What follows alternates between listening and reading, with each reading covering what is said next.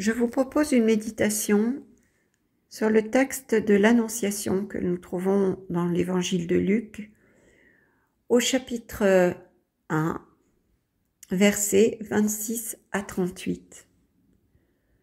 Le 6e mois, l'ange Gabriel fut envoyé par Dieu dans une ville de Galilée, du nom de Nazareth, à une vierge fiancée à un homme du nom de Joseph, de la maison de David. Et le nom de la Vierge était Marie.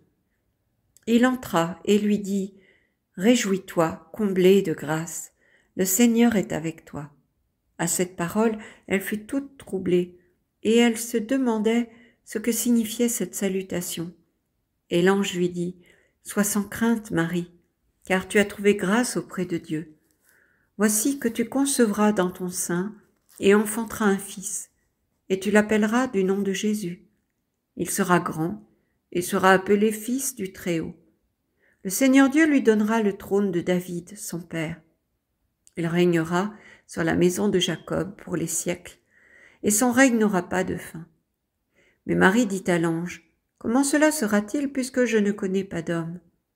L'ange lui répondit : « L'Esprit Saint viendra sur toi, et la puissance du Très-Haut te prendra sous son ombre. C'est pourquoi l'être saint qui naîtra sera appelé fils de Dieu. Et voici qu'Élisabeth, ta parente, vient elle aussi de concevoir un fils dans sa vieillesse, et elle en est à son 6e mois, elle qu'on appelait la stérile, car rien n'est impossible à Dieu. Marie dit alors : « Je suis la servante du Seigneur, qu'il m'advienne selon ta parole. » Et l'ange la quitta. Ce texte nous parle de l'inattendu de Dieu, qui surgit dans l'ordinaire d'une vie, d'une jeune fille tout à fait ordinaire, une jeune fille simple. Un jour comme les autres, dans la vie de Marie, cette jeune fille juive. Et voilà que Dieu envoie son ange. Et pas n'importe quel ange, puisqu'il s'agit d'un archange, l'archange Gabriel, dont le nom signifie « force de Dieu ». Marie, bien sûr, est surprise lorsque l'ange la salue, mais nous voyons en même temps qu'elle est prête et disponible pour entrer dans le plan qu'a Dieu pour sa vie, c'est-à-dire de devenir la mère du Messie, le Fils du Très-Haut. Dieu appelle Marie, comme il a appelé Abraham. Il a appelé Abraham à quitter son pays. Un jour, il lui a dit : « Pars pour le pays que je te montrerai, quitte ta parenté. » Eh bien là, pour Marie, c'est un appel. Comme Abraham a été appelé à suivre ce Dieu inconnu qui veut se révéler à lui, Marie est appelée à entrer dans le plan divin, plan de salut pour tous les hommes. Nous l'avons vu dans les textes de ce temps de l'Avent, Dieu nous invite à être prêts. Il nous demande de veiller, de nous tenir disponibles. Et nous voyons que Marie a cette attitude de cœur, un cœur prêt et disponible. C'est pour ça qu'elle n'hésite pas à répondre : « Je suis la servante du Seigneur ». Nous le voyons en Luc 12, versets 35 et suivants. La parole de Dieu nous dit : « Que vos reins soient sains et vos lampes allumées. Soyez semblables, vous, à des gens qui attendent leur maître à son retour de noces pour lui ouvrir dès qu'il viendra et frappera. Heureux ces serviteurs que le maître en arrivant trouvera en train de veiller. » Comme Marie, chacun et chacune d'entre nous est appelé par Dieu. Mais Dieu nous respecte infiniment et il ne nous contraint jamais. Il attend que nous soyons prêts à répondre à son appel, que nous soyons prêts pour le moment où il va pouvoir nous utiliser pour son plan de salut, nous utiliser comme il a utilisé Marie. Souvenons-nous de ce qu'a dit Saint Jean-Baptiste lorsque les pharisiens sont venus l'interroger, lui demander « Qui es-tu ? Es-tu le Messie ? Es-tu Élie ?» Et Jean-Baptiste répond par la négative à ces deux questions. Il dit simplement « Je suis la voix qui crie dans le désert, préparez les chemins du Seigneur. » Le texte de l'Annonciation nous montre une jeune femme qui est prête. Marie a un cœur de servante. Elle a déjà donné sa vie à Dieu. Sa vie ne lui appartient pas. Elle l'a remise entre les mains de Dieu. C'est pourquoi elle ne pose aucune question à l'ange, si ce n'est sur le comment cela se fera-t-il puisqu'elle ne connaît pas d'homme. Elle ne questionne pas les intentions de Dieu, ni le choix de Dieu. Pourquoi moi ? Elle aurait pu poser cette question. Elle sait déjà dans son cœur qu'elle est prête à faire la volonté de Dieu, quelle que soit cette volonté. C'est pour cela que, avec ces mots, réjouis-toi, comblé de grâce, l'ange reconnaît que Marie a été choisie par Dieu, non en raison d'un mérite particulier, de qualité particulière, mais par pure grâce, par élection divine. C'est le choix de Dieu. C'est pourquoi il lui dit qu'elle est comblée de grâce. Dieu l'a choisie. Et quand Marie demande comment cela se fera-t-il, il lui répond « La puissance du Très-Haut te prendra sous son ombre ».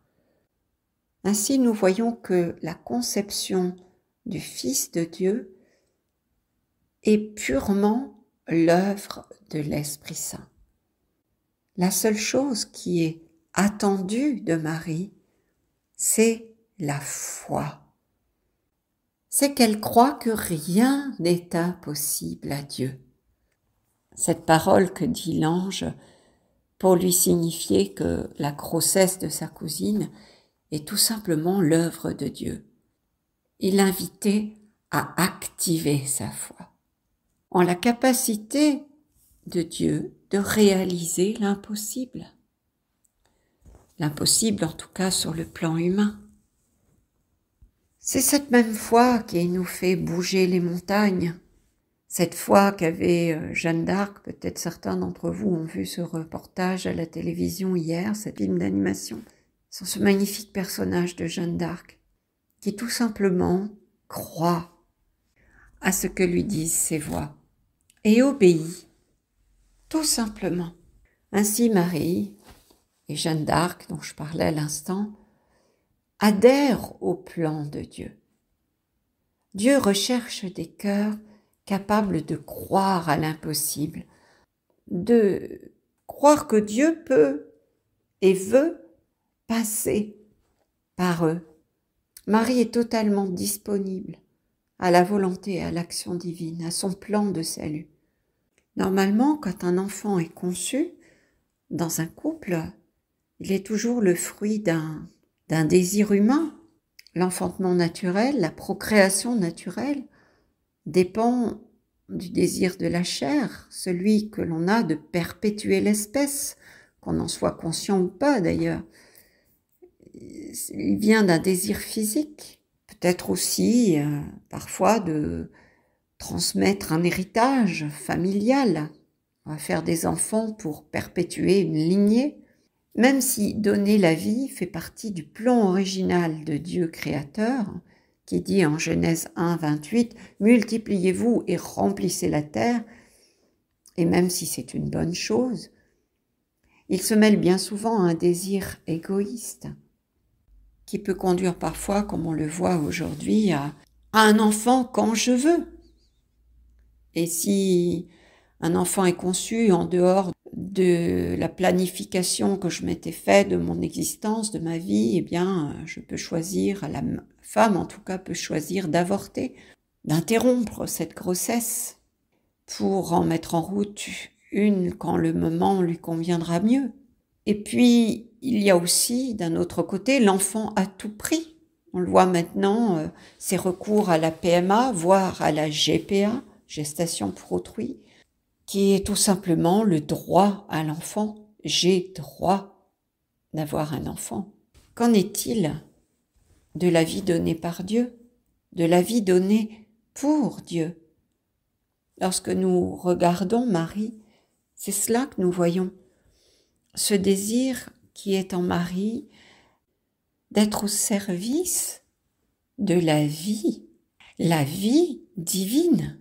Parce que ce n'est pas seulement un enfant que conçoit Marie, mais c'est le Fils de Dieu, le Messie, qui vient pour donner la vie au monde. Lorsqu'on met au monde un enfant, on peut chercher aussi à perpétuer quelque chose de soi dans sa progéniture. On peut chercher à réparer une frustration, la frustration d'une vie, et se dire, il ou elle sera un pianiste virtuose, sera médecin, chercheur, prêtre, que sais-je. Les parents peuvent se projeter eux-mêmes dans leur enfant, et ça arrive bien souvent. On peut aussi rejeter l'idée de sa propre mort en léguant un héritage à ses enfants. Ça, c'est le désir de la chair qui refuse de mourir, de disparaître, qui veut se perpétuer. On veut continuer à vivre au travers d'un autre, d'une autre, qui va prendre le relais. Dans ce cas, nos motivations ne sont pas en Dieu, mais elles sont purement terrestres. L'enfant n'est pas désiré, n'est pas aimé pour lui-même, comme un don gratuit de Dieu, mais en quelque sorte c'est soi-même qu'on aime à travers lui. Donc cet enfant n'est pas libre, et il aura certainement un travail à faire sur lui-même pour se séparer des désirs paternels, maternels, se distinguer de ces projections qu'on a fait sur sa personne et qui sont à l'origine de liens transgénérationnels dont Jésus est venu nous libérer. Ces deux façons de donner la vie, humaine et divine, saint Paul nous en parle dans la lettre aux Galates, avec ce texte des deux alliances qui nous parle des deux femmes, Agar et Sarah, qui toutes deux ont donné un enfant à Abraham. C'est au chapitre 4 des Galates, verset 22. Il est écrit en effet qu'Abraham eut deux fils, l'un de la servante, l'autre de la femme libre. Mais celui de la servante est né selon la chair, c'est-à-dire Agar, celui de la femme libre en vertu de la promesse. Il y a là une allégorie.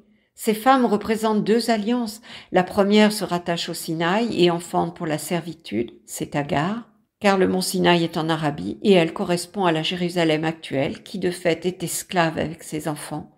Mais la Jérusalem d'en haut est libre et elle est notre mère. Et donc cette femme libre, c'est Sarah. Or vous, dit-il encore, mes frères, à la manière d'Isaac, vous êtes enfants de la promesse.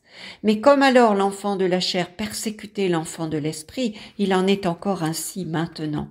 Et bien que dit l'Écriture, chasse la servante et son fils, car il ne faut pas que le fils de la servante hérite avec le fils de la femme libre. Aussi, mes frères, ne sommes-nous pas enfants d'une servante, mais de la femme libre. Le texte de l'Annonciation nous montre une jeune femme, Marie, qui malgré son jeune âge, et bien qu'engagée à Joseph, répond au oui, un oui libre, totalement libre. Marie est la servante du Seigneur, avant que d'être celle de son futur époux Joseph. Et la fécondité de cette femme libre est plus grande que la fécondité de l'esclave, parce qu'elle s'enracine dans l'amour premier de Dieu. Et tout ce qui s'enracine dans l'amour pour Dieu est plus grand que le désir de la chair. Marie a choisi d'être féconde pour Dieu. Marie n'a mis au monde qu'un Fils unique, Jésus. Comme Abraham et Sarah ont mis au monde l'enfant de la promesse, cet enfant unique, Isaac, qui préfigure déjà l'enfant Dieu annoncé en Isaïe 7, verset 14. C'est pourquoi le Seigneur lui-même vous donnera un signe. Voici, la jeune fille deviendra enceinte, elle enfantera un fils, et elle lui donnera le nom d'Emmanuel. Notez que l'ange dit à Marie qu'elle nommera son enfant, ce qui est tout à fait inhabituel et inimaginable dans cette culture juive, où c'est le père qui reconnaît et nomme l'enfant. Bien souvent d'ailleurs d'après son propre nom à lui. C'est pour ça que bien souvent dans les évangiles on trouve le nom d'une personne avec suivi de fils de, comme on nous dit par exemple en Jean 1 verset 40-42 que Simon est fils de Jean. La société juive est une société patriarcale, elle est basée sur un système patriarcal. Et voilà qu'ici, l'ange demande à Marie de nommer son enfant, car le nom est choisi par Dieu lui-même. Jésus qui veut dire Dieu sauve. La virginité de Marie est pour Dieu. Elle est réservée à Dieu. Dieu est premier dans le cœur de Marie.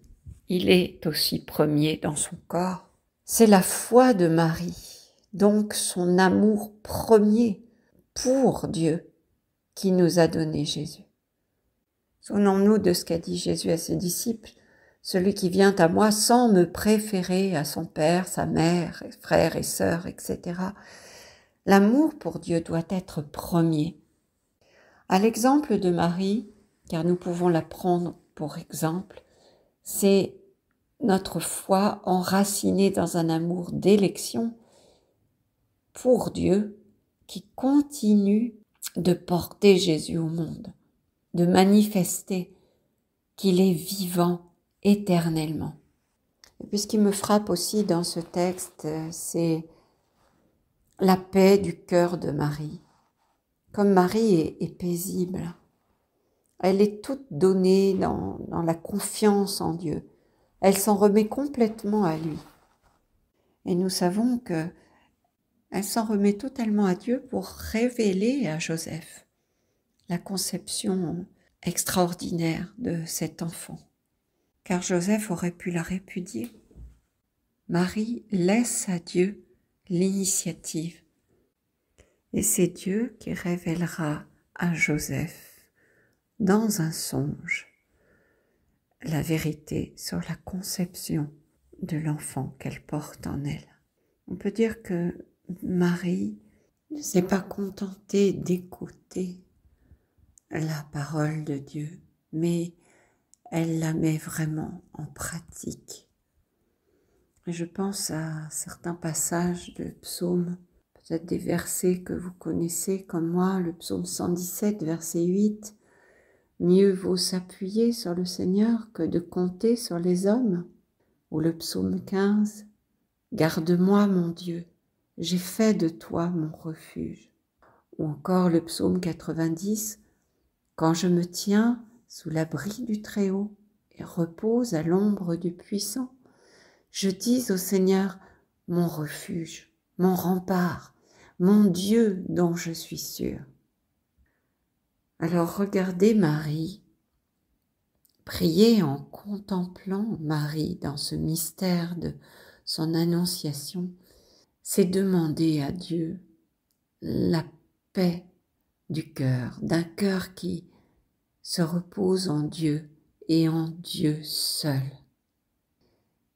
Je vous souhaite un saint et joyeux Noël. Merci pour votre écoute. Que Dieu vous bénisse.